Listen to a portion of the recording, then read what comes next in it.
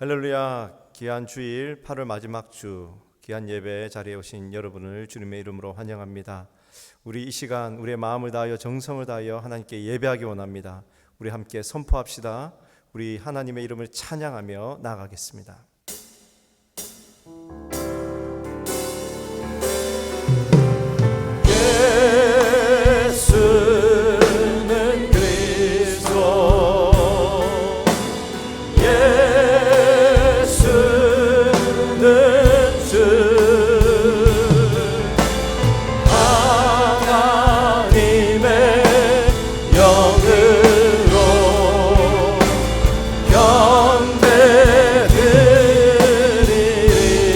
예수는 그리스도, 예수는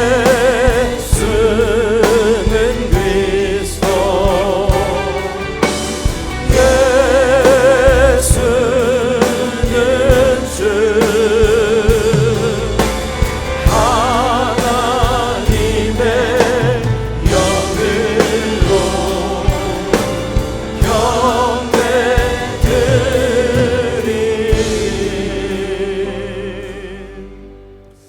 여호와를 기뻐하라. 그가 내 마음의 소원을 내게 이루어 주시리로다. 내 길을 여호와께 맡기라. 그를 의지하면 그가 이루시고 내 의를 빛같이 나타내시며 내 공의를 정오의 빛같이 하시리로다. 우리가 하나님을 기뻐합니다. 이 예배, 귀한 예배 시간을 통하여 온전히 하나님을 기뻐하며 송축하는 시간이 되게 하여 주시옵소서. 의로우신 하나님께서 우리의 편이 되셔서 우리를 이끄시며 이 막막하고 어려운 상황 속에서도 우리를 의의 길로 인도해 주시니 감사합니다. 주님, 우리가 오직 하나님만을 의지하고 이 모든 어려움을 이기며 나아가는 우리 모두가 되게 하여 주시옵소서. 오늘 이 예배 시간이 그러한 결단의 시간이요, 그러한 고백의 시간이요, 하나님만 바라보는 귀한 시간이 되기 원하오니 성령 하나님, 우리의 마음을 주장하시고 인도하여 주시옵소서. 감사드리며 예수님 이름으로 기도드리옵나이다. 아멘.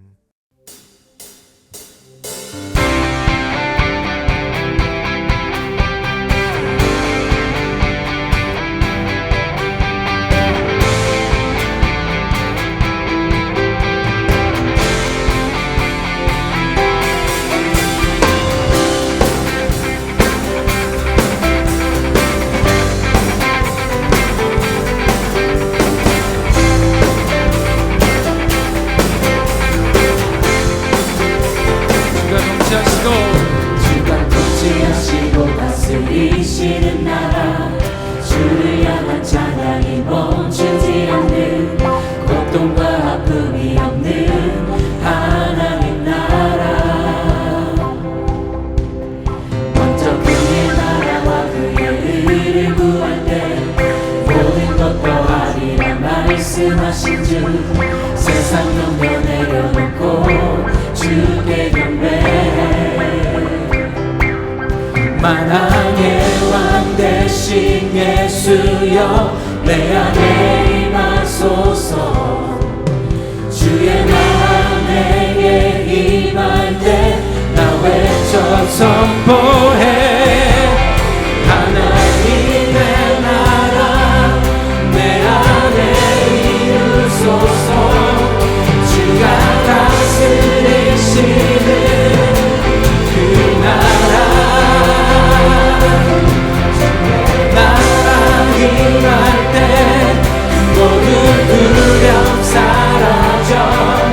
내 안에 주의 나라 세우시네.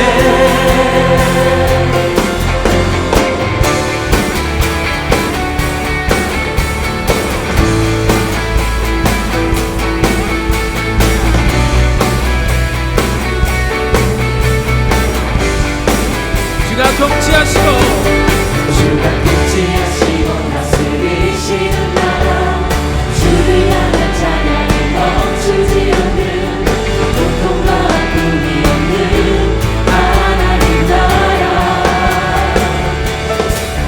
먼저 그의 나라와 그의 의를 구할 때 모든 것 더하리라 말씀하신 주, 세상 경륜에 넘어고 주께 경배해.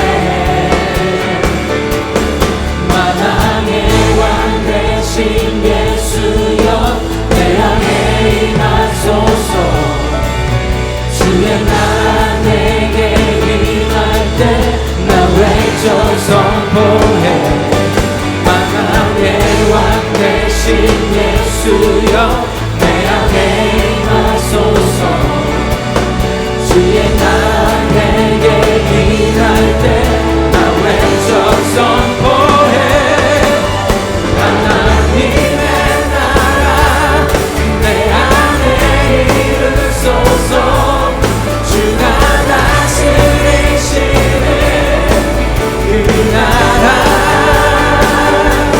주의 나라 임할 때 모든 두려움 사라져 내 안에 주의 나라 세우시네 하나님의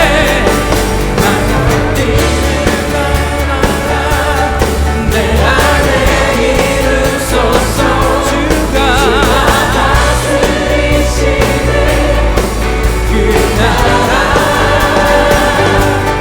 주의 나라 임할 때 모든 두려움 사라져 내 안에 주의 나라 세우시네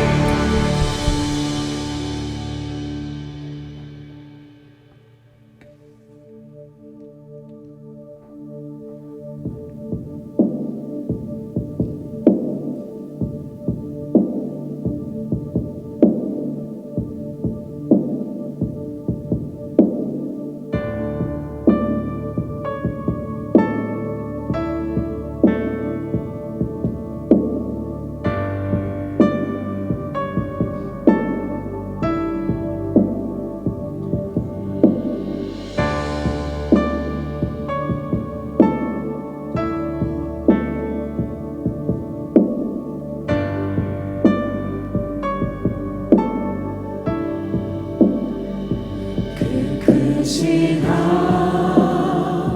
하나님의 사랑 말로 다여 영원하네 저 높고 높은 별을 넘어 이 낮고 낮은 땅 위에 죄범한 영혼 구하려 그 아들 보내사 화목제물 삼으시고 죄 용서하셨네 하나님 크신 사랑을 증량다 못하네 영원히 변치 않는 사랑 성도여 찬양하세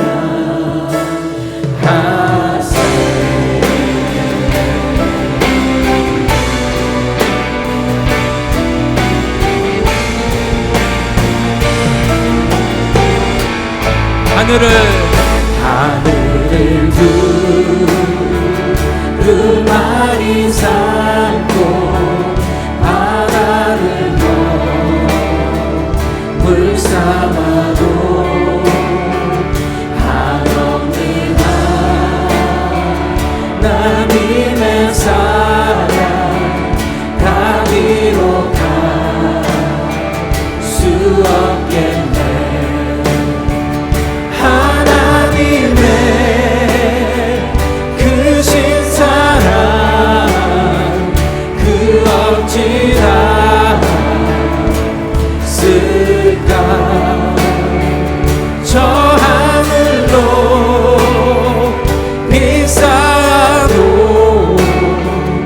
세우지 못하네.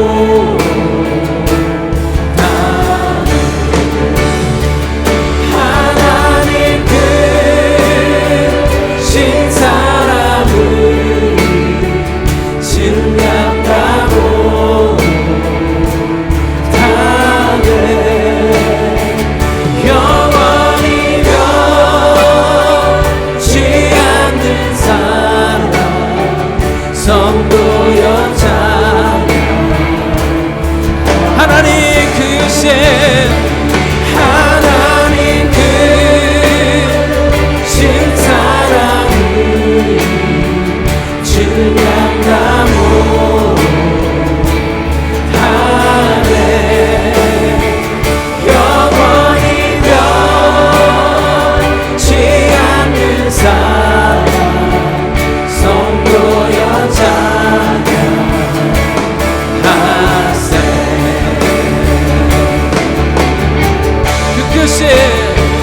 그 크신 사랑 그 크신 은혜 그 크신 능력 찬양해.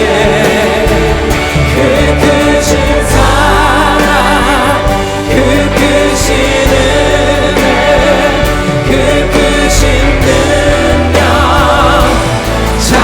그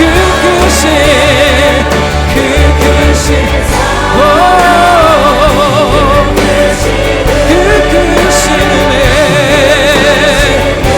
주님의 능력을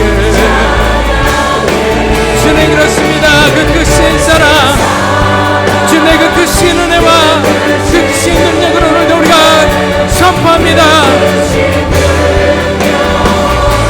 찬양해.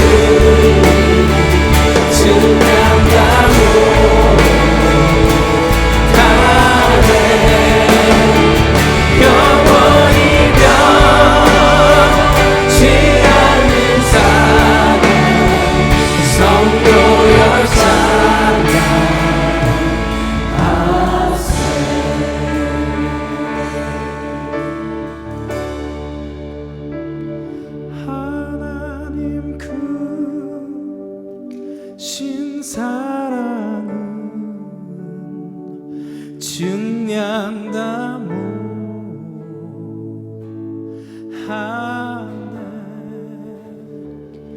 영원히 변치 않는 사랑 성도여 찬양하세.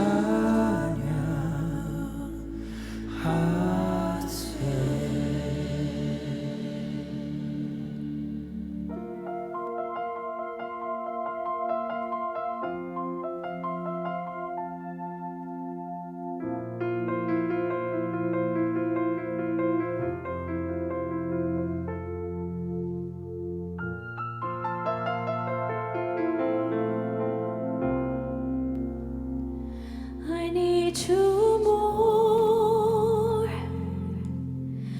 more than yesterday. I need you, Lord, more than words can say. I need you more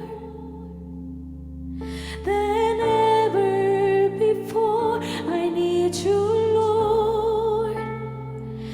I need you, Lord.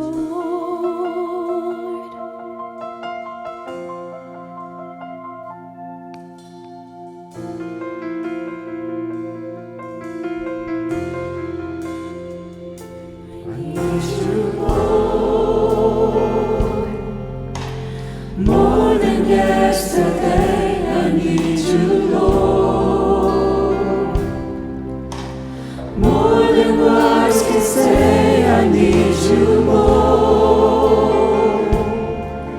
than ever before. I need you, Lord. I need you, Lord. More than the air I breathe, more than the song I sing, more than the next heartbeat, more than anything. And Lord, as time goes by, I'll be by your side. 'Cause I never want to go back to my old life. I need you, Lord. More than yesterday, I need you, Lord. More than words can say, I need you, Lord. Than ever before, I need you, Lord. I need you, Lord. I need you more. More than yesterday, I need you, Lord. More than words can say, I need you, Lord. Than ever before, I need you, Lord. I need you, Lord.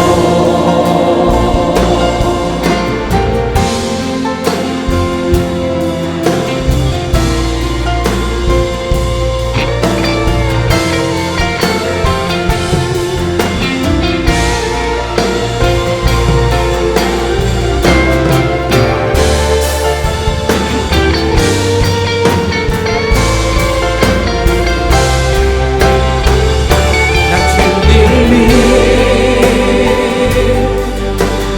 더욱 필요해 이전보다 내 입술의 말보다 더욱 표현할 수 없네 주가 필요해 나 주님이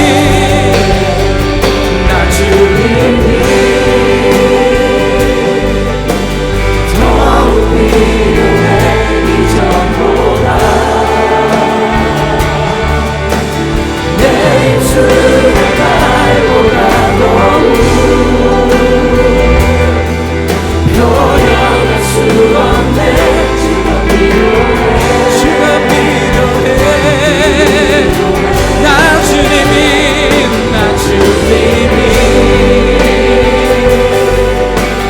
더욱 필요해 이전보다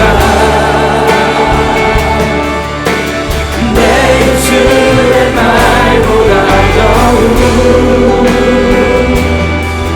표현할 수 없네 주가 필요해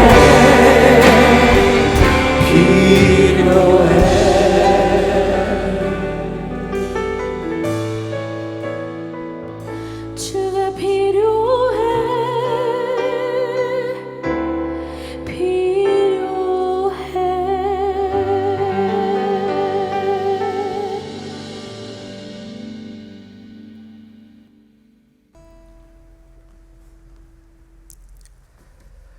너희는 이 세대를 본받지 말고 오직 마음을 새롭게 함으로 변화를 받아 하나님의 선하시고 기뻐하시고 온전한 뜻이 무엇인지 분별하도록 하라. 아멘.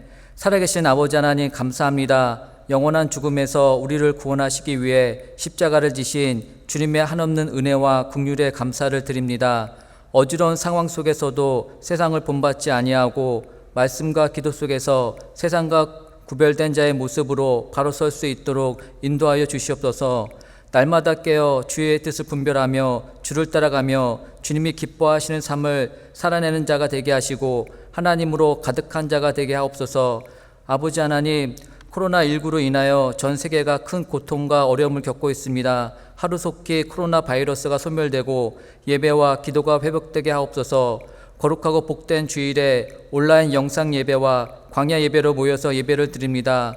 한 성령 안에서 온 마음과 정성을 다하여 예배할 수 있게 하여 주시고 모든 세대가 함께 다 모여서 예배할 수 있는 그날이 속히 오도록 은혜를 허락하여 주시옵소서. 아버지 하나님, 지난 한 주간의 삶을 돌이켜 봤을 때 흠없고 깨끗한 모습으로 살기를 원했지만 연약하고 부족하여 주님이 원하시는 뜻대로 살지 못한 부끄러운 모습을 고백합니다. 예배드리는 이 복된 시간에 상처받은 심령을 위로받게 하시고 주님이 주시는 참된 평안과 기쁨을 얻는 귀한 시간 되게 하여 주옵소서. 진리 하나님, 2020년 가을학기 온라인 제자훈련을 위해 기도합니다.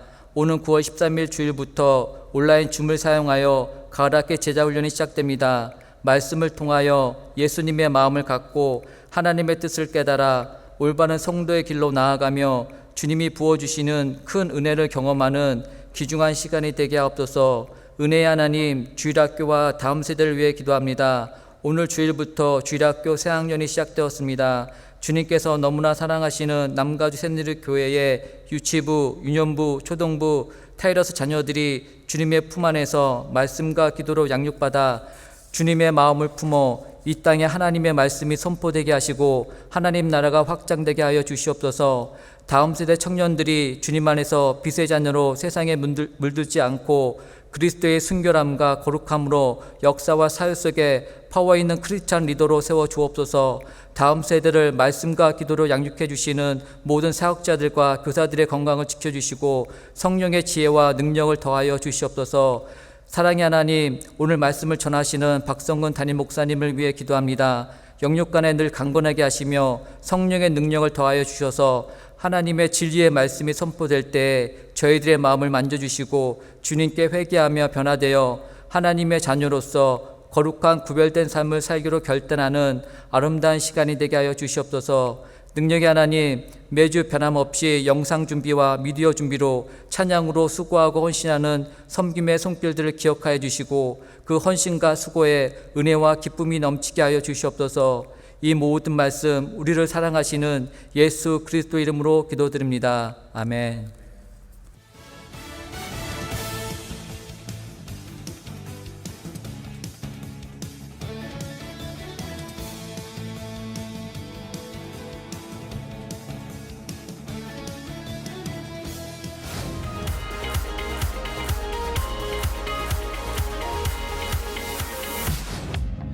오는 9월 13일부터 온라인 줌으로 가을학기 제자훈련이 시작됩니다. 등록은 교회 홈피에 들어오셔서 트레이닝 안에 있는 제자훈련에서 할 수 있습니다. 또한 교회 현관 안내석이나 각 교구 목자들을 통해서 신청을 받고 있습니다. 모든 양무리 식구들이 함께 참여할 수 있도록 격려해 주시기 바랍니다. 메마른 영혼이 말씀으로 회복되는 놀라운 은혜를 경험할 것입니다.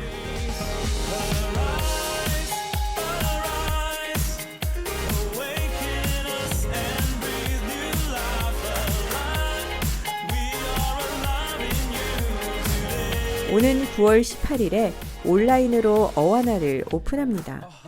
대상은 스파키와 TNT입니다. 코로나로 지친 우리의 자녀들을 하나님의 말씀으로 새롭게 회복시킬 것입니다.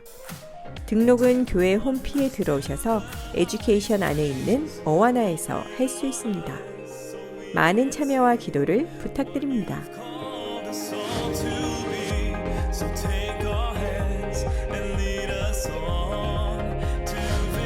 코로나 광야를 걸어가고 있는 성도님들의 중보기도 신청을 받습니다. 기도 제목에 대한 비밀은 철저히 보장됩니다. 모든 사역자들이 함께 기도하겠습니다. 기도 제목 카드를 적으셔서 신청함에 넣어주시기 바랍니다. 중보기도 신청함은 교회 현관 옆 메인 게시판 아래에 있습니다.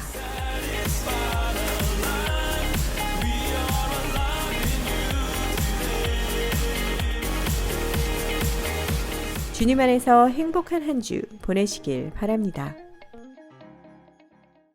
오늘 귀한 예배에 함께 하신 여러분 모두를 다시 한번 주님의 이름으로 환영합니다. 가정에서 또 각 처소에서 온라인으로 예배하신 여러분 모두도 주님의 이름으로 환영합니다. 우리가 여전히 어려움 가운데 지나가고 있지만 조금씩 좋은 소식도 들려오는 것 같습니다. 코로나 확진자 숫자가 많이 줄고 있다는 소식이죠. 아마 조만간에 풀리지 않을까 생각을 합니다. 여러분 끝까지 믿음 가운데 있으셔서 잘 감당하시기를 바라고, 혹시 시간이 가능하신 분들은 주일날 광야 예배가 있습니다. 조금 특별한 환경에서 드리는 것이기 때문에 어려움도 있고 불편함도 있지만 또 감격도 있습니다. 원하시는 분들은 나오셔서 함께 하시면 좋겠습니다. 광고에서 보신 것처럼 9월 13일부터 가을학기 제자훈련이 시작됩니다. 여러분 말씀 사역에 많은 분들이 동참 부탁드립니다. 또한 9월 18일부터 어와나 사역도 비록 온라인으로 하지만 시작이 됩니다. 여러분께서 자녀들을 위한 사역을 위해 많은 도움도 주시고 기도해 주시기를 바랍니다. 우리 그 외 나머지 광고들 잘 참조하셔서 함께 동참해 주시면 좋겠습니다. 이 시간 우리 드릴 헌금을 위해서 함께 기도합니다. 하나님 감사합니다. 여러 가지 많은 어려운 소식에도 불구하고 하나님 바라보는 믿음 허락하신 것을 감사하옵고, 이와 같이 주님을 기억하고 예배를 기억해서 주 앞에 나올 때마다 소중한 예물 들고 나오게 하신 것을 감사합니다. 이 시간 드려진 이 예물이 우리의 마음의 고백이 되게 하시고 사랑의 고백이 되게 하셔서 주의 영광 위에 바르게 쓰임받는 거룩한 물질 되게 하여 주옵소서. 우리 성도들의 가정과 삶의 터전을 특별히 축복해 주시고, 어려운 시기지만 주의 도우심과 보호하심 가운데 모든 일들을 잘 감당할 수 있도록 은혜를 부어 주옵소서. 감사드리오며 예수님의 이름으로 기도하옵나이다.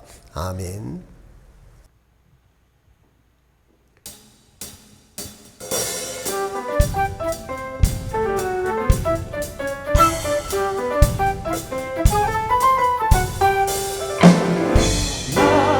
슬픔을 주가 기쁨으로 변화시키시네.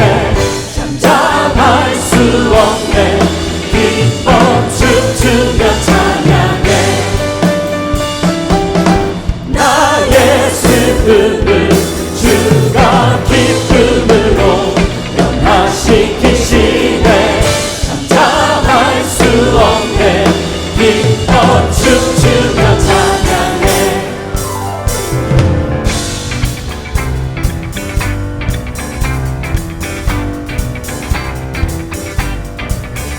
상처뿐인 내 영혼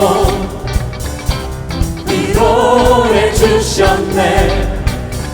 고통 중에 있을 때 주님 평안 주셨네. 주 사랑 어둠 이김을 나는 느끼네. 주의 빛 비춰주시니 내 마음 기뻐 주 찬양하네. 나의 슬픔을 주가 기쁨으로 변화시키시네. 잠잠할 수 없네.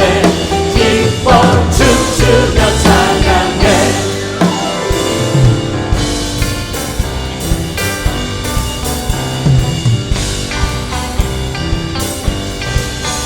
상처뿐인 내 영혼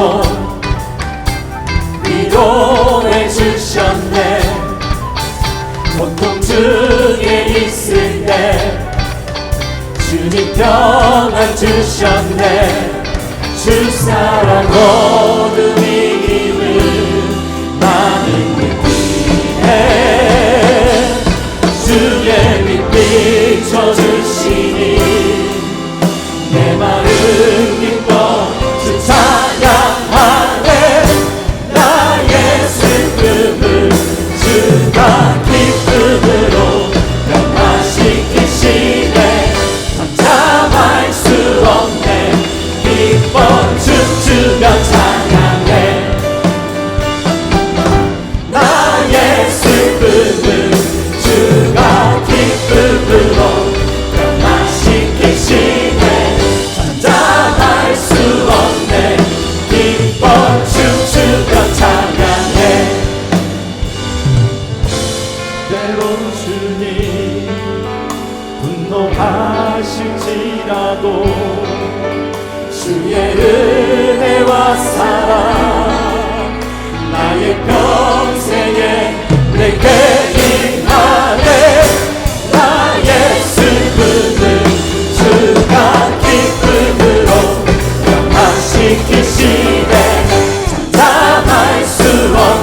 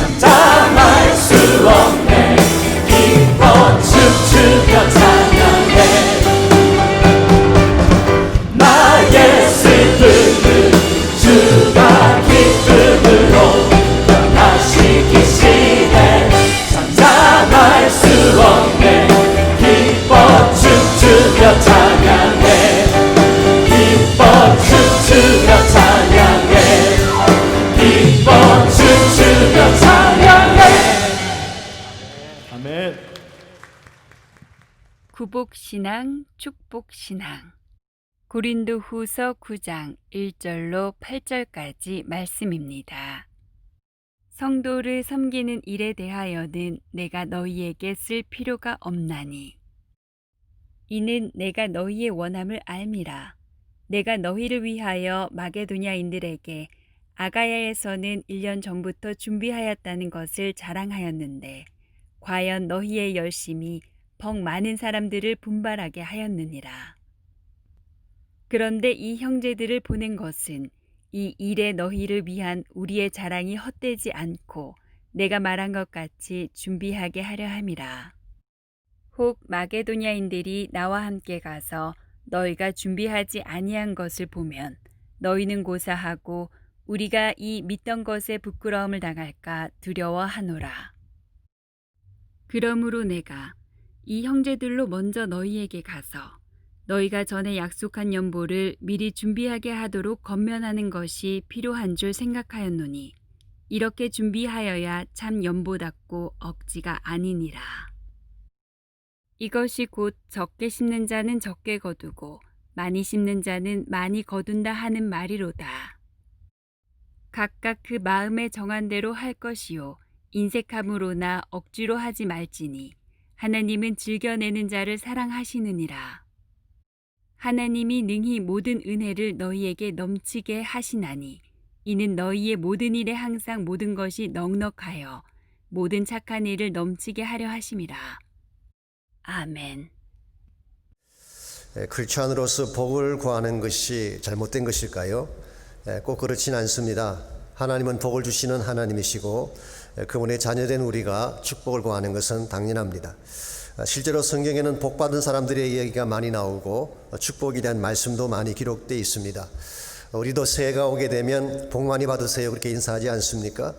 누가 자녀에게 축복을 선포하지 저주를 선포하는 부모가 어디 있겠어요. 그러므로 축복을 구하는 것 자체는 잘못되었다고 말할 수가 없습니다. 그럼에도 불구하고 복을 구하는 신앙, 이것을 흔히 구복신앙이라고 부릅니다마는 어떤 분은 이것을 기복신앙 그렇게 부르기도 합니다. 구복신앙, 기복신앙 비슷한 말 같지만 사실 조금 다릅니다. 기복신앙이라고 하는 것은 그야말로 복채를 놓고 복만 비는 신앙, 복 주는 자와 인격적 관계가 전혀 없는 케이스를 우리가 기복신앙이라고 그럽니다. 그러나 구복신앙이라고 하는 것은 복을 구하는 신앙인데요, 교회도 다니고 예배도 드리고 하나님도 믿습니다. 하나님과 인격적인 관계도 맺죠. 그럼에도 불구하고 복의 모든 초점을 맞추어서 신앙생활할 경우에는 구복적이다 그렇게 부르는 것입니다. 이와 같은 구복신앙에는 몇 가지 위험한 요소들이 있습니다. 첫 번째는 하나님을 복받기 위한 수단으로 생각할 위험이 있습니다. 하나님 우리 신앙의 목적이지 결코 수단이 아닙니다. 둘째로 복의 내용이 잘못된 가능성이 많습니다.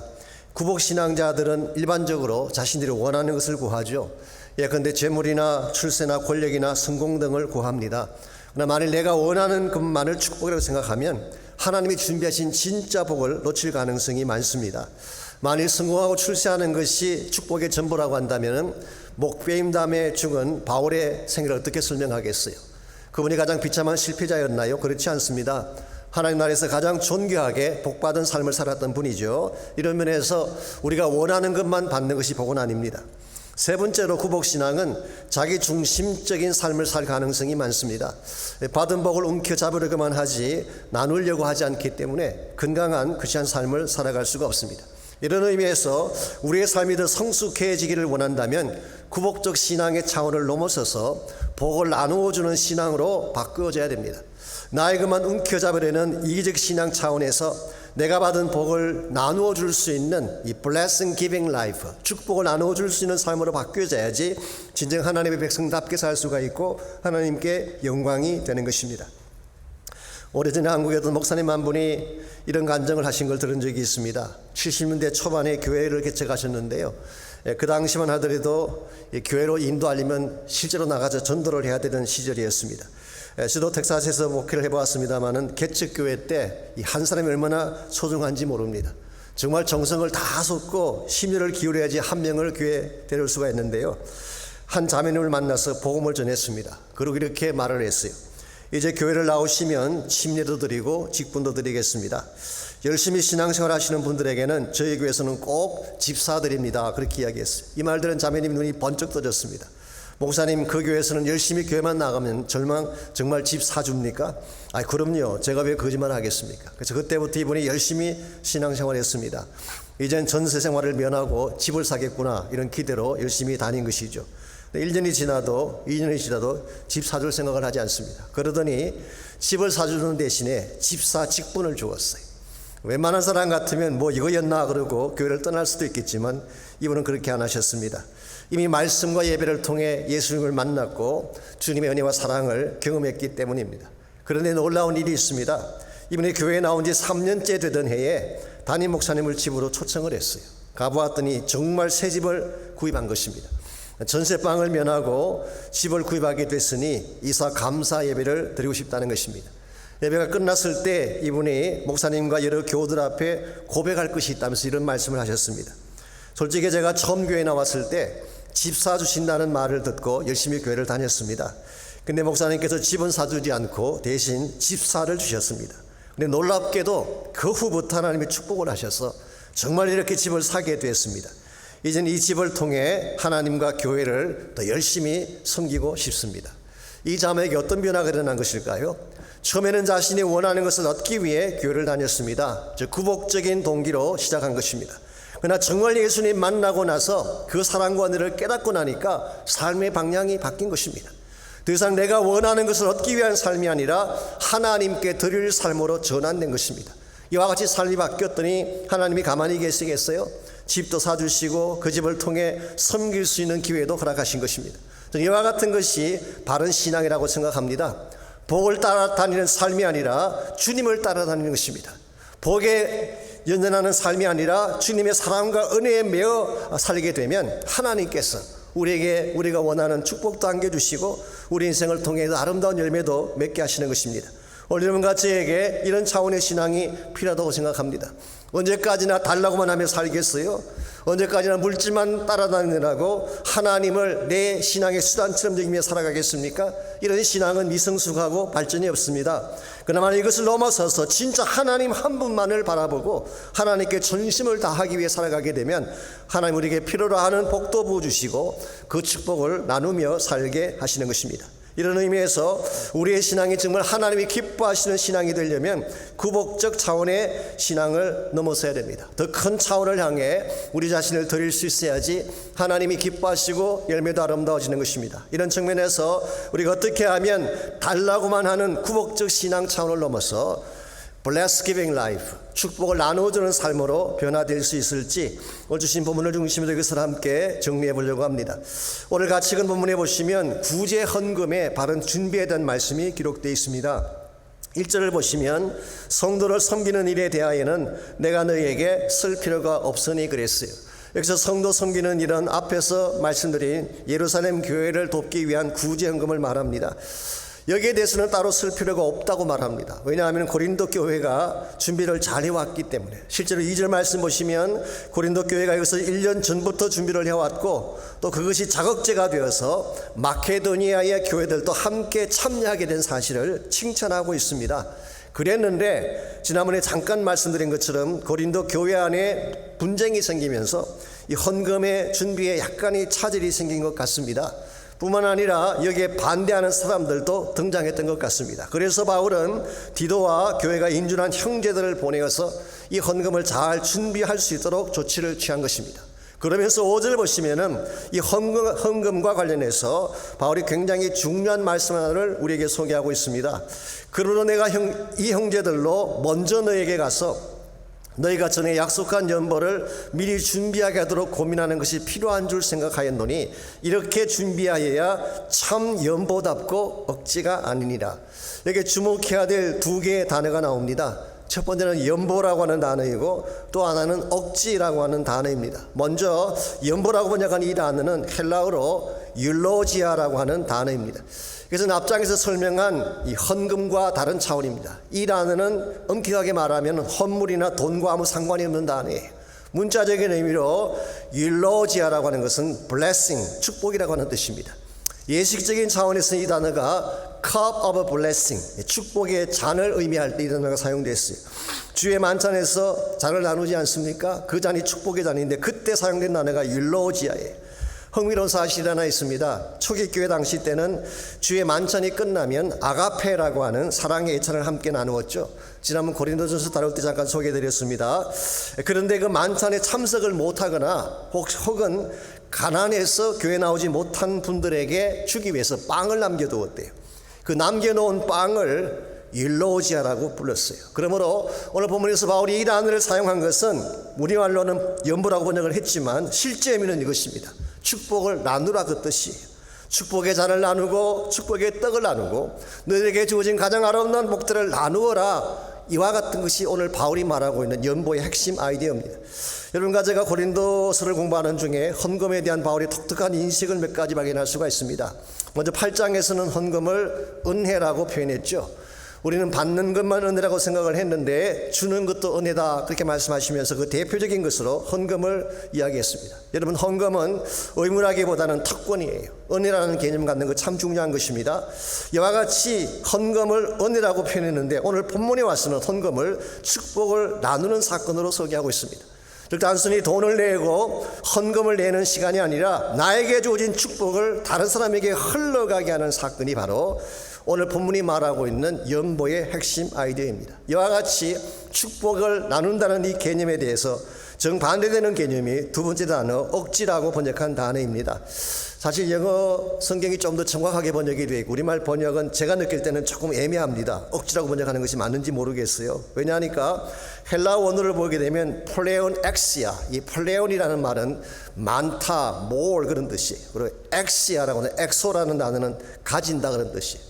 직역을 하면은 desire for more, 더 많이 갖고 싶어한다 그런 뜻이에요. 그래서 많은 영어 성경에서는 covetousness, 탐욕이라고 번역을 한 이유가 여기 있습니다. 그러므로 여기 인색이라는 이 억지라고 하는 이 단어는 사실은 자기가 움켜잡는 마음, 탐욕을 가지고 돈을 놓지 아니하고 움켜잡는 것을 의미하는 것입니다. 바울은 이 두 단어를 사용함으로써 우리 크리스찬 삶의 두 가지 방향을 제시하고 있습니다. 첫 번째 방향은 내가 움켜잡음으로 내 스스로 물질을 소유하려고 하는 삶의 방향이 있어요. 두 번째 방향은 나에게 주어진 물질을 나눔으로 축복을 만들어가는 삶의 방향.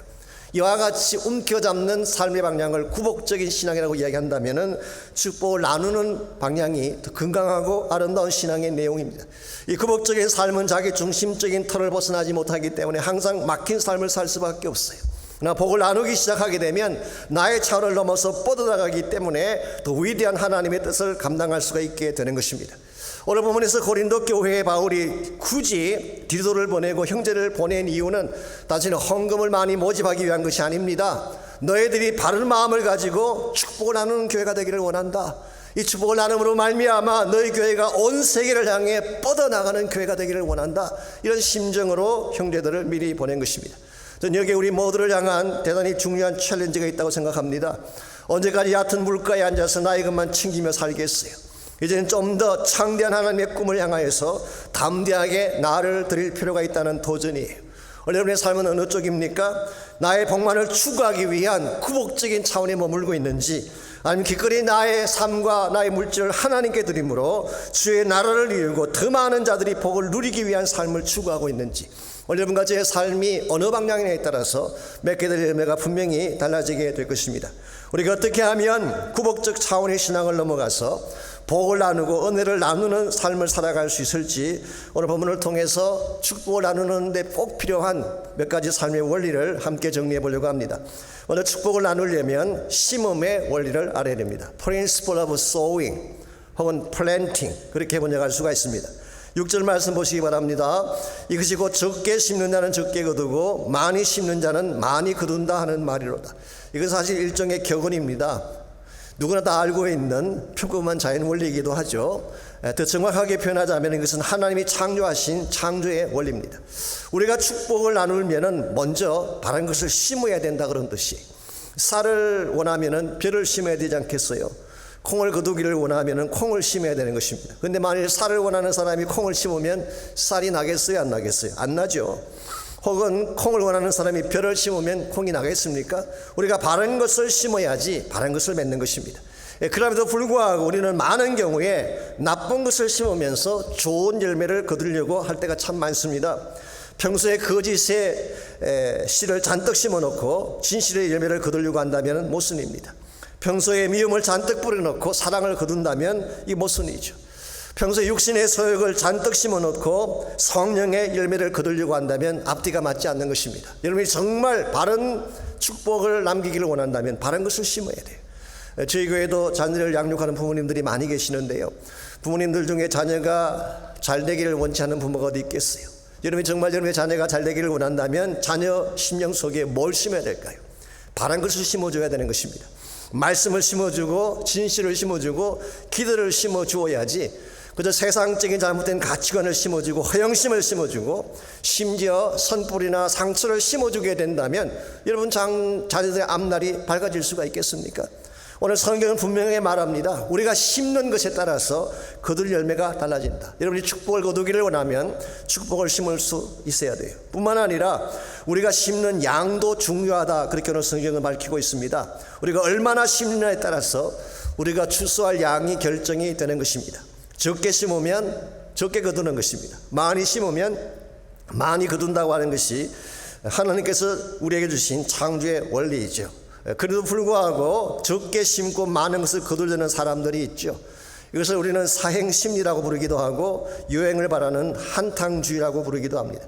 오늘 우리 마음속에 와 같이 요행을 바라는 인생관을 갖고 있다면요, 여러분 개인의 삶도 발전할 수가 없고 사회도 병들게 만들 수가 있습니다. 소위 말하는 다단계 금융 사기 같은 것이 이런 사행심을 다 이용한 것입니다. 기억하실지 모르지만 2008년도에 버니 매도프라고 하는 사람이 일으킨 판지 스킴이라고 그 다단계 금융 사기 사건이 있었죠.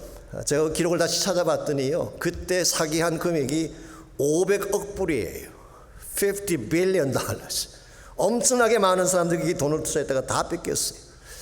어떻게 그런 일이 가능할까라고 생각할지 모르지만요, 인간의 사행심을 이용하면 다 넘어가게 되어 있다고 합니다. 비유컨대 이런 수법입니다. 원숭이가 많은 한 마을에 어떤 사업가가 와서 이런 제안을 합니다. 원숭이를 잡아오면 한 마리당 100만 원을 주겠다 제안을 합니다. 큰 돈이죠. 그러면 사람들은 처음에는 반신반의를 하면서도 원숭이를 잡아옵니다. 그러면 진짜 100만 원을 주는 것입니다. 그러면 원숭이 숫자가 점점 줄어가겠죠. 그러면 이제는 200만 원을 주겠다고 제안합니다. 그럼 사람들은 길을 쓰고 더 원숭이를 잡습니다. 물론 사업가는 그때마다 꼭 200만 원을 줍니다. 원숭이 숫자가 더 줄어갑니다.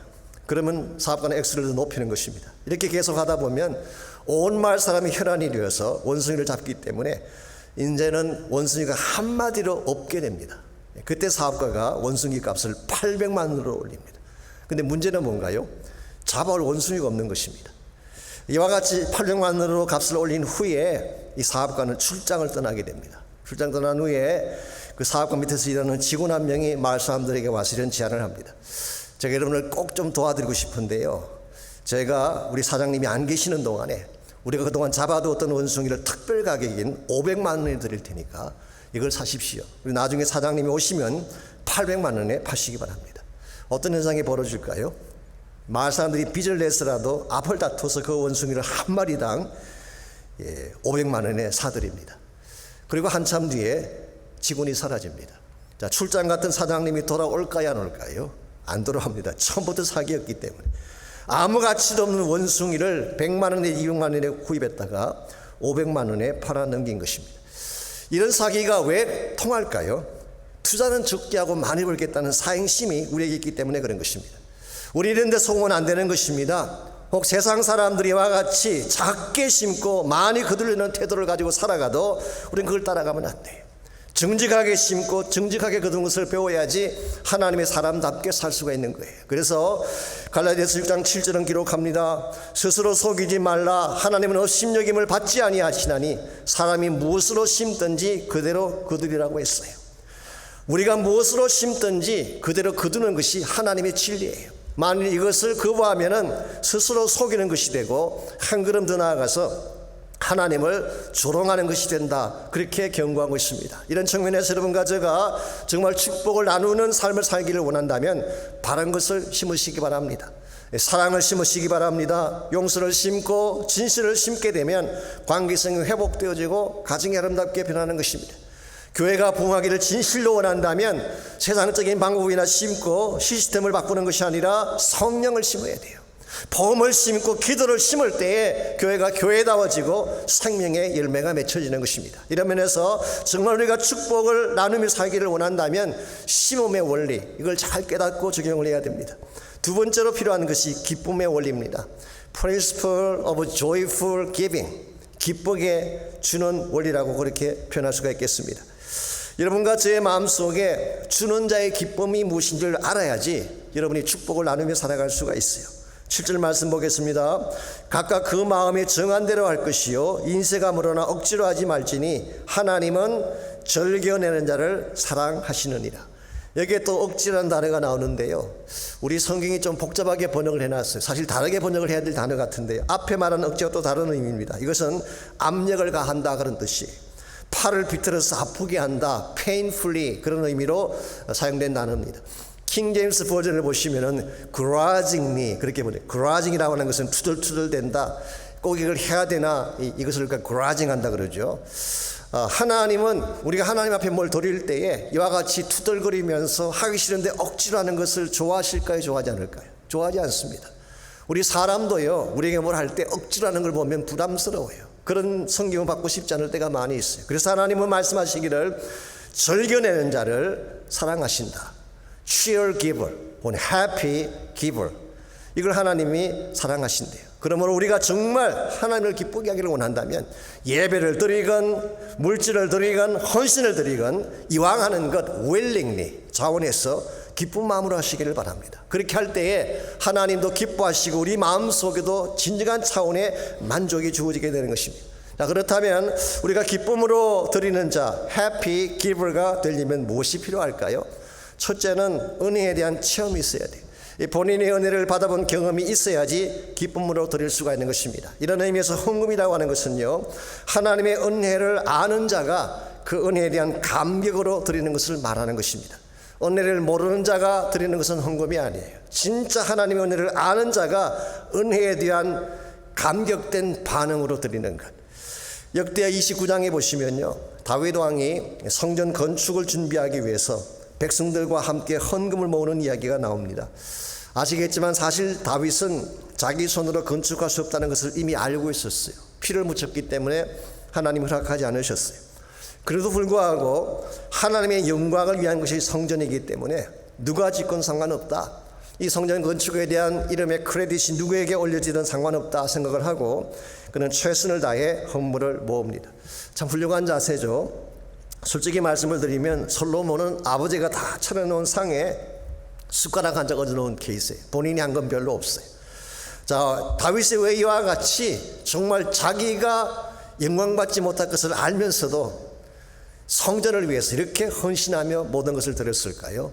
그 이유는 한 가지입니다. 하나님의 은혜를 체험했기 때문에 그런 것입니다. 목동에 불과했던 다윗이 왕이 된 것 하나님의 은혜지요. 블레셋과의 전투에서 승리하고 국토를 확장한 것 하나님의 은혜였습니다. 나라가 부강하고 잘 살게 된 것 다윗의 힘이 아니라 하나님의 은혜였어요. 무엇보다도 다윗이 실패했을 때, 엄청난 더러운 죄악을 짓고 정말 망할 위치까지 내려갔을 때에 다윗을 버리지 않고 회복시켜서 다시 왕이 되게 하신 것 하나님의 은혜였어요. 이와 같이 하나님의 은혜에 대한 깊은 감격이 다윗에게 있었기 때문에 무엇을 하나님께 드리든 자랑이 없습니다. 그래서 역대상 29장 14절에 보면 이런 고백이 기록되어 있습니다. 나와 내 백성이 무엇이기에 이처럼 즐거운 마음으로 드릴 힘이 있었나이까? 모든 것이 주께로 말미암아 싸우니 우리가 주의 손에서 받은 것으로 주께 드렸을 뿐입니다. 다윗과 그의 백성이 즐거운 마음으로 드렸대요. 이유가 뭐라고 했습니까? 하나님 때문이라는 것입니다. 모든 것은 하나님이 주신 것인데 우리가 주께 올려드린다고 말하지만 하나님 주신 것을 올려드린 것뿐인데 우리의 크레딧, 우리의 자랑이 어디 있느냐고 고백한 것입니다. 이게 참으로 귀하고 아름다운 자세. 이와 같이 즐겁게 드리는 사람을 happy giver. 여러분, 이와 같이 즐거운 마음으로 드리려면 반드시 은혜에 대한 체험이 있어야 돼요. 두 번째 그 비결은 드리는 자의 기쁨을 체험해야지 기쁨으로 드릴 수가 있습니다. 은혜도 체험해야 되지만 드릴 때 우리가 누리는 기쁨, 이걸 경험해 보아야지 해피 기버가 될 수가 있습니다. 사실 이건 제가 설명해 주어도 여러분 잘 모를 거예요. 본인이 체험할 때까지는 절대 누릴 수 없는 것이기 때문에. 저희 교회에서 지난 한 달 동안, 7월 한 달 동안 무릎 선교를 했지 않습니까? 매년 나가던 이런 단기 선교를 못 나가지만 무릎으로 선교를 하자. 그래서 한 달을 작정하고 선교사님들을 위한 기도도 하고 많은 분들이 헌신을 하는 그런 시간을 가졌습니다. 그랬는데 정말 많은 분들이 헌금을 해주셨어요. 다른 때에 그렇게 했다면 뭐 그럴 수 있겠구나라고 생각할지 모르지만 지금은 어느 때입니까? 팬데믹으로 모든 분들이 경제적 고통을 당하는 때 아닙니까? 교회가 재정적으로 힘이 들어서 페이먼트하기도 어렵다고 하는 그런 때가 아닙니까? 그런데 정말 마케도니아 교회처럼 힘에 지나도록 많은 분들이 헌금을 해주셨어요. 그래서 프레즈노에 있는 몽족들에게 직접 가셔서 사랑의 패키지를 나누어주고 헌금도 전달하고 왔어요. 북한 현지에서 사역하시는 선교사님께도 헌금을 드릴 수가 있었어요. 멕시코에도 헌금을 보내드리고 아프리카의 짐바브웨의 굶주린 자들을 위한 밀라밀 선교에도 동참을 할 수가 있었어요. 제가 거기서 온 선교 편지를 봤더니 팬데믹과 극심한 가난으로 4식구가 사흘을 굶다가 첫 끼니를 먹을 정도로 어려운 상황이라는 보고가 있었어요. 그 지역에 저희들이 사랑의 헌금을 보낼 수 있었어요. 뿐만 아니라 말레이시아에 사역하시는 우리 최정길 선교사님, 원주민 교회당 지는데 돈이 필요하다 말씀하셔서 15,000불 보내드렸어요. 그런데 한 가지 중요한 사실이 있습니다. 이와 같이 많은 헌신하신 모든 분들이 보여준 공통적인 반응이 뭔지 아세요? 기쁘다는 것입니다. 이렇게 드릴 수 있어서 감사하다는 거예요. No grudging at all. 불평하거나 투덜거리거나 이거 왜 해야 되나 그렇게 말하는 사람 한 번도 만나지 못했어요. 오늘 여러분과 제가 드려보면 압니다. 이것이 얼마나 기쁜 일인지를. 저는 여러분 모두가 해피 기버가 되시기를 주의 이름으로 축원합니다. 드려볼 때 누릴 수 있는 기쁨, 이걸 누리셔야지 하나님께 드리는 것이 즐거운 사건이 되는 것입니다. 이와 같이 우리가 옮겨잡는 구복적인 삶이 아니라 축복을 나누는 삶을 살기를 정말 원한다면 1차적으로 심는 것을 배워야 돼요. 바른 것을 심어야 됩니다. 두 번째는 드리는 기쁨이 무엇인지를 경험해야 돼요. 예수님도 말씀하셨잖아요. 주는 자가 받는 자보다 복되다 그러셨어요. 줄 때 누리게 되는 축복이 더 크다는 것입니다. 이와 같이 심는 것도 배우고 드리는 기쁨도 누려야 되지만 또 한 가지 원리가 있습니다. 그것은 바로 사용의 원리입니다.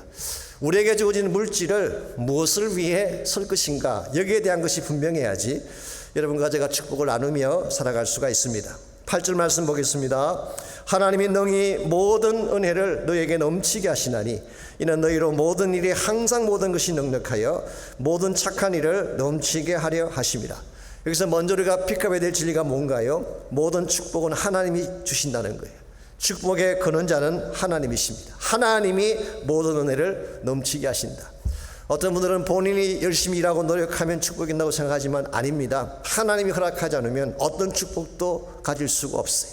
그런데 이와 같이 하나님이 모든 일에 엄청난 은혜의 복을 부어주시는 목적이 무엇인가요? 이것을 바로 깨달아야지 여러분과 제가 바른 삶을 추구할 수가 있습니다. 오늘 성경 기록하기를 모든 착한 일을 넘치게 하려 함이라. 나에게 주어진 축복이 무엇이건 축복 자체가 목적이 아니라는 것입니다. 이걸 통해 무엇을 할 것이냐, 이게 더 중요한 과제예요. 예를 들어 건강 중요하죠. 건강만큼 소중한 게 어디 있겠어요. 근데 그 건강 자체가 목적은 아닙니다. 이 건강 가지고 무엇을 할 것이냐가 더 중요해요. 건강한 손 가지고 남이나 때리고 죄 짓는 데 선다면 그게 과연 축복일까요? 돈 버는 것 중요하죠. 그러나 더 중요한 것은 돈 자체보다도 번 돈 가지고 무엇을 할 것이냐가 더 중요해요. 우리가 번 돈이라고 해서 유흥가 가서 흥청망청 쓰고 마약이나 하고 약자들에게 갑질이나 하면서 한국의 재벌 3세처럼 산다면 이건 절대로 행복이라고 말할 수가 없습니다. 그러므로 우리가 받는 축복도 중요하지만 어디에 사용하는가, 바른 용도가 더 중요한 것입니다. 오늘 여러분과 저는 우리에게 주어진 것들을 무엇을 위해 쓰는지요, 정말 착한 목적을 위해 하나님의 나라를 위해 사용하는지 아니면 세상적인 일에 아무 가치 없는 일에 우리의 물질을 쓰고 있는지. 사실 세상적인 일에는 아낌없이 돈을 쓰다가도요 하나님께 뭘 하자 그러면 인색할 때가 많이 있어요. 오래전에 저희 교회 그 자니 윤 씨라고 지금 세상을 떠나셨습니다만 코미디언이시죠. 그분의 여동생 되는 분과 조카가 우리 교회에 나오셨기 때문에 그 조카가 우리 청년부에서 같이 찬양다고 그랬습니다. 저희 교회를 방문하시고 예배도 같이 드리시고 또 간증도 하신 적이 있는데 한번 이런 조크를 말씀하신 적이 있었어요. 1불짜리 지폐하고 20불짜리 지폐가 오래간만에 만났습니다. 1불짜리 지폐가 20불짜리에게 물었어요. 그동안 어딜 다녀왔냐 물었더니 20불짜리 지폐가 대답합니다. 고급 식당에도 가고 크루즈 여행도 가고 생일 파티에도 가고 사람들이 제법 돈을 선다는 데는 다 다녀왔지. 그래서 1불짜리에게 너는 그동안 어딜 다녀왔니? 늘 가던 곳 있잖아. 교회. 큰 돈은 내가 즐기는 곳에 다 쓰고 작은 돈은 하나님께 드리는 미국교회 현실을 풍자한 조크입니다만은 우리가 어디에 우리의 물질을 쓰느냐를 보면 우리 가치관이 무엇인지를 알 수가 있어요. 여러분의 물질이 있는 곳에 마음이 있어요. 예수님께서 하신 말씀입니다. 너의 보물이 있는 곳에 내 마음도 그곳에 있느니라. 내 마음이 어디 있는지를 점검해 보게 되면 물질이 그것은 따라가는 것입니다. 원래 여러분이 땅에 마음을 두고 있으면요 모든 물질은 땅을 위해 쓰게 돼 있어요. 만약 여러분의 마음이 하나님의 나라에 가 있으면은 무슨 일을 하든 하나님 나라를 위해 사용할 거예요. 우리 마음속에 하나님의 나라가 가득 차 있게 되면 나에게 주어진 것이 무엇이든지 그 나라와 그 영광을 위해 쓸 수밖에 없는 것입니다. 이런 의미에서 정말 여러분과 제가 이 땅을 살면서 진정한 축복을 누리고 이 축복을 진실로 나누며 살기를 원한다면 하나님을 만나야 돼요. 그리고 하나님께서 우리 마음속에 부어주신 킹덤 비전을 가져야 돼요. 우리가 노력한다고 복 받을 수 있는 거 아닌 것 다시 말씀드립니다. 우리 스스로는 축복을 만들 수가 없어요. 또한 우리 스스로의 힘으로는 축복을 나눌 수도 없습니다. 우리 창세기 보게 되면 하나님이 아브라함을 부르신 후에 내가 너에게 복을 주되 너가 복이 되라. 사실 you become blessing 그렇게 우리 세번역에는 되어 있지만 옛날 우리 한글 개역 한글 번역에는 복의 근원이 될지라 그렇게 번역했었어요. 그러므로 아브라함 자체가 어디를 가든지 복이 되는 것입니다. 아브라함이 만나는 사람마다 복을 받게 되고 아브라함 때문에 많은 족속이 복을 받게 되고 이와 같은 복의 출발점이 어디서 시작된 것일까요? 아브라함 자신이 아닙니다. 아브라함은 원래 갈대우르라고 하는 메소포타미아 지역에는 우상 숭배하는 곳에서 그냥 잘 먹고 잘 살던 사람이었어요. 그랬는데 하나님이 아브라함을 거기서 불러내셔서 하나님이 그 아브라함을 만나주시고 그 10년 가운데에 하나님 비전을 심어주셨을 때 그는 복에 근원되는 삶을 살게 된 거예요. 그래서 그로 말미암아 많은 족속이 복을 받게 되는, 궁극적으로는 예수님을 통해서 아브라함이 오신 예수님을 통해서 모든 열방과 민족이 복음의 축복을 받게 된 사실을 말한 것입니다. 우리 안에는 선한 것이 없기 때문에 우리가 복을 만들 수 없어요. 하나님 우리 가운데 임재하셔서 하나님 우리의 마음을 장악하시게 되면 우리 심령의 복이 시작되는 것입니다. 하나님이 내주하시는 그 순간부터 생명과 소망의 빛이 우리 안을 가득 채우게 되고 우리 안에 성령께서 강력하게 임재하시는 그 순간부터 나의 힘으로 할 수 없는 복이 흘러나옵니다. 그때 용서도 가능하고 사랑도 가능하게 되는 것입니다. 오래전에 미국 남부지방의 한 가정에 신실한 청지기가 있었대요. 흑인 노예 출신이긴 하지만 워낙 착실하고 신실했기 때문에 주인은 그에게 많은 것을 위임해 주었습니다. 하루는 주인과 함께 노예시장에 가서 새로 살 노예를 고르는데요, 청지기가 이렇게 제안을 합니다. 주인님, 오늘은 제가 노예를 고를 수 있도록 허락해 주십시오. 평소에 워낙 신실한 사람이었기 때문에 주인이 허락을 했습니다. 그랬더니 청지기가 시장 구석에 웅크리고 앉아있는 가장 넓고 병든 노예를 사겠다고 했어요. 주인이 말렸습니다. 저런 노예 사가지고 가봐야 집만 되지 아무 도움이 되지 않는다. 그러나 간청하기 때문에 허락을 했습니다. 그러더니 그날부터 이 청지기는 그 넓고 병든 노예를 정성을 다해 간호하면서 돌보는 것입니다. 의아하게 생각한 주인이 물었어요. 혹시 저 노인이 자네 아버지인가? No, 아닙니다. 그럼 자네 친척인가? No, 아닙니다. 그럼 친구라도 되는가? 아니라고 했습니다. 그럼 무엇 때문에 저 넓고 쓸모없는 사람에게 그토록 사랑을 붓는 것인가 물었을 때에 그 청지기가 눈물을 글썽이며 대답을 했습니다. 사실은 저 사람이 바로 저를 노예로 팔아넘긴 장본인입니다. 근데 내 마음속에 살아계신 성령님께서 저 사람을 보는 순간부터 사랑하라고 말씀하셨어요. 예수님의 십자가가 바로 저런 사람을 위한 것이 아닌가라고 내 마음속에 사랑을 말씀하셨어요. 그 성령의 강권함 앞에 제가 순복하고 부족하지만 저도 주님처럼 살아보고 싶어서 저 노예를 데려왔다고 대답을 했다는 것입니다. 사랑하는 형제자매 여러분, 우리 힘으로 할 수 없는 일입니다. 내 힘으로 어떻게 누구를 사랑하며 용서할 수 있겠어요? 그러나 성령께서 내 마음속에 임재하셔서 십자가의 사랑을 부어주시면 가능한 것입니다. 우리의 마음이 사랑으로 가득 차게 되면 나를 통해서 사랑이 흘러 넘치게 되고 결과적으로 수많은 사람들을 복되게 만들 수가 있는 거예요. 혹시 여러분 마음속에 도저히 용서할 수 없는 사람이 혹시 있나요? 다른 사람은 몰라도 저 사람만은 용서할 수 없다는 사람이 혹시 생각난다면 성령의 임재를 간구하시기를 바랍니다. 하나님의 임재를 기도하시기를 바랍니다. 우리 힘으로 축복할 수 없습니다. 우리의 본성은 악하기 때문에. 그러나 우리 안에 하나님으로 가득 차게 되면 우리 한 사람 한 사람이 아브라함처럼 축복의 근원이 될 수가 있고 가는 곳마다 복을 나누어주며 살아갈 수가 있습니다. 이런 면에서 여러분과 제가 가장 강렬하게 갈망해야 될 분은 하나님이십니다. 그분을 향한 찬양이 넘쳐나고 그분을 향한 송축이 넘쳐나게 되면 내 안에 임재하신 하나님 때문에 내 마음이 하나님의 복으로 넘쳐나게 되고 나를 통해 축복의 강줄기가 흘러넘쳐서 이웃을 변화시키고 이 땅을 변화시키고 한 걸음 더 나아가서 온 세상을 하나님의 복음으로 변화시키는 것입니다. 여러분 모두는 무엇을 위해 어떤 방향으로 살아가고 계시는지, 혹시 지금도 움켜잡기 위한 삶, 나만 복받으면 된다고 하는 구복적인 신앙의 상태에 머무르는 분이 있다면 이제 그 신앙의 틀을 깨뜨리고 하나님의 비전을 향해 나가는 시간이 있기를 바랍니다. 주의 나라를 바라보시기 바랍니다. 나를 이 땅에 존재하게 하신 하나님의 목적이 진실로 무엇인지를 발견하시고 그 하나님의 영광을 위해 살 수 있도록 결단하며 헌신하시기를 바랍니다.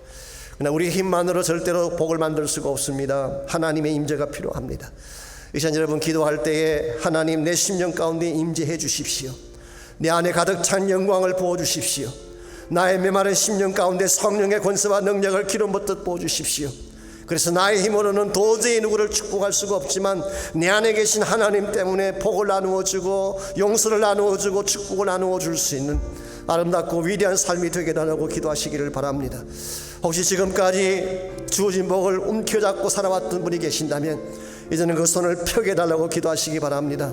나의 가진 것을 펴서 나눔으로 말미암아 축복의 강이 흘러가게 하시고 복음의 생수가 흘러가게 하시고 하나님의 나라 복음이 땅 끝까지 흘러내려갈 수 있는 아름다운 역사가 일어날 수 있도록 우리 다 같이 한 목소리를 합심해서 헌신하며 결단하며 기도하겠습니다. 살아계신 아버지 하나님 감사합니다. 우리를 이 땅에 살게 하신 주의 목적을 깨닫게 하시고 나에게 복을 허락하신 하나님의 마음을 알게 해주셔서 움켜잡고 나만을 위해 사용하려고 하는 삶을 깨뜨리게 하시고 주의 부르심과 영광 앞에 나를 내어드릴 수 있는 아름다운 결단이 우리 모두에게 있게 하여 주옵소서. 우리 안에 선한 것이 없습니다.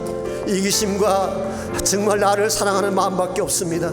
더럽고 누추한 죄악과 저주의 마음밖에 없는데 우리의 심령을 주의 영으로 새롭게 하셔서 나의 마음이 하나님의 영으로 가득 차게 하시고 주의 영광된 임재로 가득 차게 하시고 주를 향한 축복과 송축의 찬양이 가득 넘치게 해주셔서 나의 입술을 통하여 나의 마음을 통하여 나의 삶을 통하여 하나님의 아름다운 복의 강이 온 땅끝을 향해 흘러나가는 역사가 있도록 저희들을 사용하여 주시옵소서. 송축해 내 영혼 내 영혼아 거룩하신 이름 이전에 없었던 노래로 나 주님을 경배 다시 한번 찬양합니다. 송축해 내 영혼 내 영혼아 거룩하신 이름 이전에 없었던 노래로 나 주님을 경배해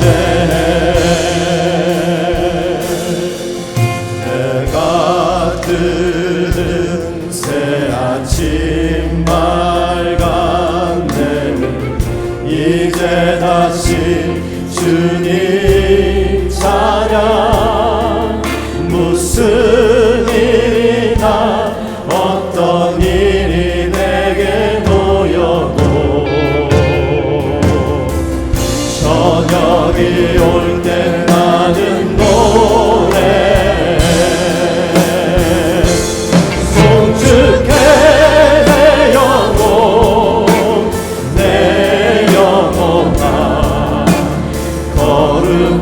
일을 이전에 없었던 노래로 나 주님을 경배해. 곧 그날에 나의 힘 다하고 나의 삶의 여정 마칠 때 끝없는 찬양 나 드리리라. 수많은 세월 지나 영원히 손쉽게 내 영혼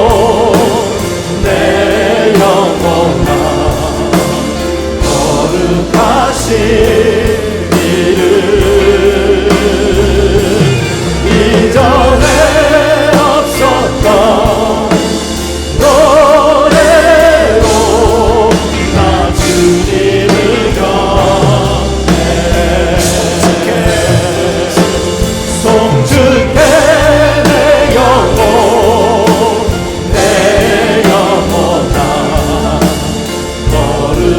거룩하신 이름 이전에 없었던 노래로 나 주님을 경배해. Bless the Lord, oh my soul, oh my soul, worship His holy name. Sing thy name before, oh my soul, I worship your holy name. 송축해 내 영혼 내 영혼아 거룩하신 이름 이전에 없었던 노래로 나 주님을 경배해. 하나님 감사합니다. 저희들을 그렇게 사랑해 주시고 억만 죄악 가운데서 건져내 주시는 애 감사합니다. 우리 심령 가운데 주의 사랑이 마르지 아니하도록 십자가 은혜가 식지 아니하도록 날마다 저희들의 심령을 새롭게 하여 주시고 지금까지 나를 위해 살아왔던 우리의 삶, 복만 추구하며 달려왔던 우리의 삶을 청산하게 하시고 주의 나라 위에 달려갈 수 있는 저희가 되게 하시며 주의 영광 위에 살아갈 수 있는 우리 모두가 될 수 있도록 은혜를 베풀어 주시옵소서. 그래서 우리 남은 생에 십자가 사랑에 매어 달려서 그 사랑 전가하며 그 사랑을 통하여 하나님 나라를 이루며 달려갈 수 있는 저희 모두 되게 하여 주시옵소서. 이제는 우리 구주 예수 그리스도의 은혜와 하나님 아버지의 무한하신 사랑과 성령님의 충만한 임재하심이 이 시간 주 앞에 나와 주님을 전심을 다해 예배하는 사랑하는 주의 백성들과 또 각 가정에서 직장에서 처소에서 온라인으로 예배하는 모든 사랑하는 주의 백성들 위해 그들의 가정과 삶의 터전과 자녀들과 자손들 위해 이제로부터 항상 함께하여 주시기를 다시 오실 우리 주님 예수님의 이름으로 간절히 축원하옵나이다. 아멘.